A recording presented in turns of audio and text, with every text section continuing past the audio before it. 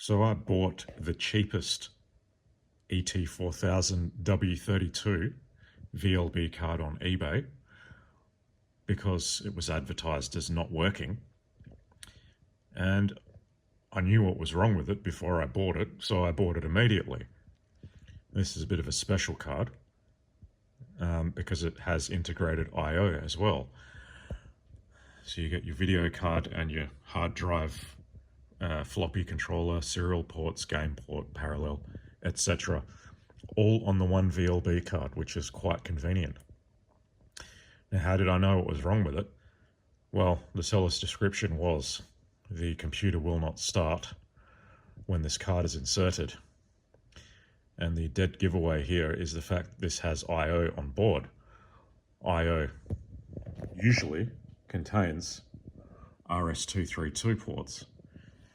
RS-232 does most often use the -12 and +12 rails from the power supply. -12 in particular is very sensitive to shorts because it only outputs a very small amount of current from the power supply because not much actually uses it.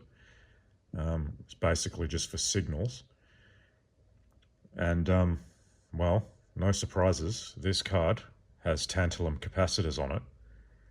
And they're only 16 volt rated, so it doesn't leave a lot of headroom on a plus or -12 rail. And I can bet my bottom dollar that one of these tantalum caps is dead shorted.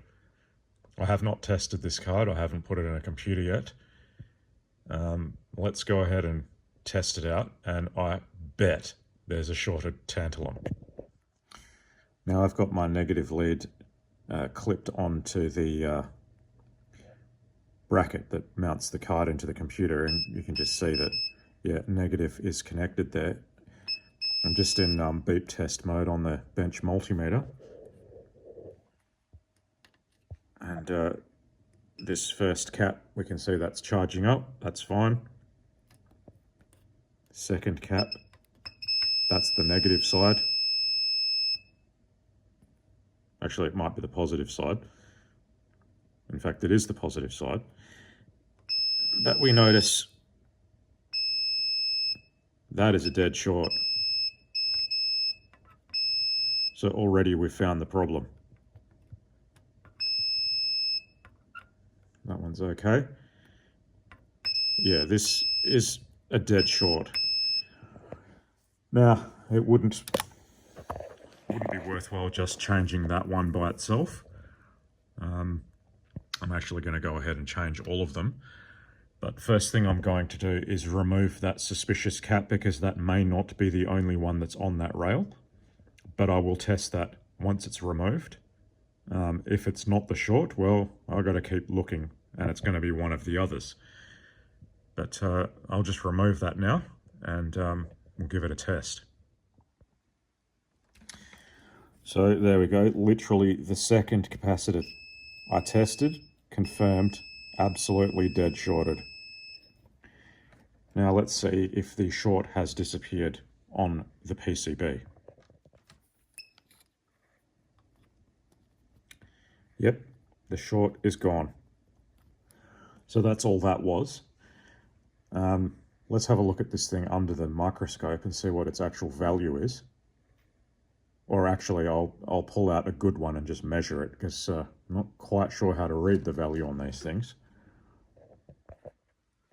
So I also pulled out the cap next to it just to measure it to make sure I was reading it correctly. And yes, they're actually 10 microfarad, 16 volt, and they are polarized, obviously. So what I'm going to replace these with is actually solid polymer capacitors. They should basically last forever. I have plenty of those, so I'm going to go ahead and do that now. And then we can go and test this out. And I will, of course, upload this card to the retro web. I'm not sure that it has been done. I bought it out of South Korea, from a South Korean. And yeah, he was actually truthful in the listing, saying it was for parts or repair, and gave the symptoms of the computer power supply not even starting when this thing was installed. So I knew straight away what the problem was. hopefully it works fine with just a recapping. So I'll go ahead and do that off camera and we can give it a try. Granted, it's not the most elegant solution, but it's done. I did my best to install them as straight as possible. However, since this board was designed to use tantalums, some of them do not have the most space to actually fit. Just be careful not to have the metal can, although it is insulated, touching any solder pads. They're not, but they're pretty damn close. The only one that's a major issue is this one here. There's just no room. So I had to install it elevated, and I've put heat shrink tubing on the legs of that capacitor. The other thing to bear in mind, tantalums have the positive leg marked with a line, as does the board. So you just have to remember to install these capacitors with the negative marking the other way around, if you know what I'm saying. So yeah, the line on these kind of capacitors is on the negative side. So yeah, just make sure that's not aligning with the line on the PCB when it's designed for tantalums. So anyway, let's give this a test and see how it goes. And there we have it. It's actually working.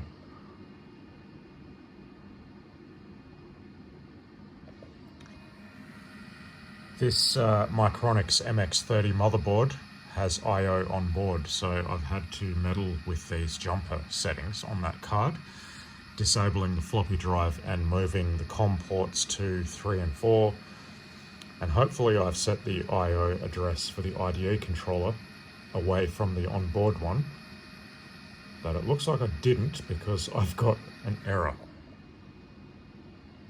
So let's try the other setting to see if I can make it the secondary instead of primary controller, because you can't actually disable it. So that might be an issue. I might not be able to use this card in this board ever. Yeah, so it looks like I'm not going to be able to use this card in this machine because it's no longer talking to the IDE interface. I don't believe, or maybe I can disable it on board, but I've got so many of these ET4000 W32s, I don't actually need to use this one in this machine. I'll put back the original one I had in here that had a TV tuner and composite video input, because that's kind of rare and cool, that card. This one I might put in my other machine, which currently has a VLB IO card, and that'll be a good fit for that because that frees up a port and some space in the case. But in any case, it is working absolutely perfectly, and not a bad buy for the cheapest ET4000 W32 VLB card on eBay. I would say that is a screaming success.